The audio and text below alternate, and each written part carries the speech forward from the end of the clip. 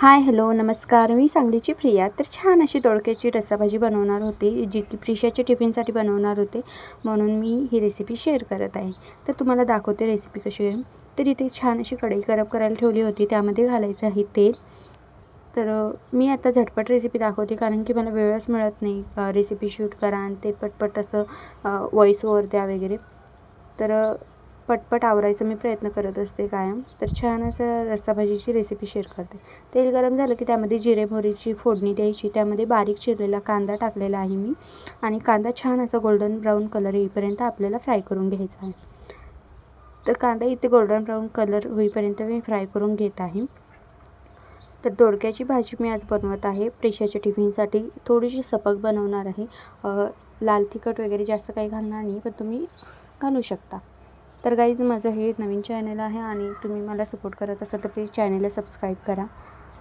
आणि इथे मी टॅमॅटो सुद्धा घातलेलं आहे. एक बारीक मोठं चिरलेलं, बारीक चिरून घेतलेलं टॅमॅटो घातलेला आहे.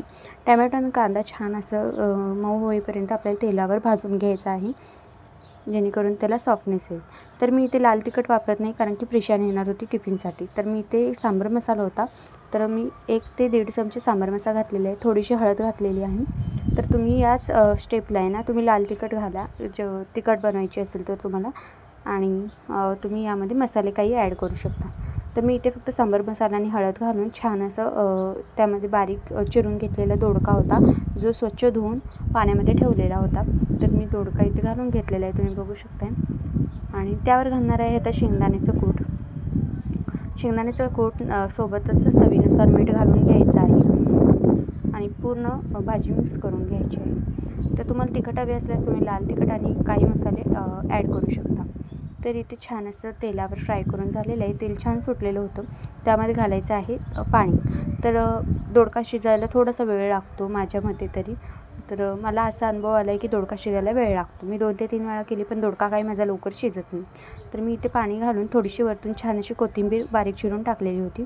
तर मध्ये असं एक 5 ते 10 मिनिटांनी वाफेवर शिजवून घेतलेलं आहे. पाणी अर्धं आटलेलं आहे त्यामध्ये. तर एकदा छान असं हलवून मिक्स करून घ्यायची भाजी. ते 15 ते 20 मिनटात छान अशी भाजी आपली तयार होते. तर तुम्ही इथे बघू शकता, माझी छान अशी दोडक्याची भाजी तयार झालेली आहे. दोडका छान शिजलेला आहे. तर तुम्ही दोडक्याची भाजी कशी करता हे मला कमेंट सेक्शनमध्ये नक्की सांगा. आणि व्हिडिओ आवडल्यास लाईक करा, शेअर करा, आणि चॅनलला सबस्क्राईब नक्की करा, आणि सपोर्ट करा. यापुढे कुठली रेसिपी बघायला आवडेल ते मला नक्की सांगा. तोपर्यंत बाय बाय.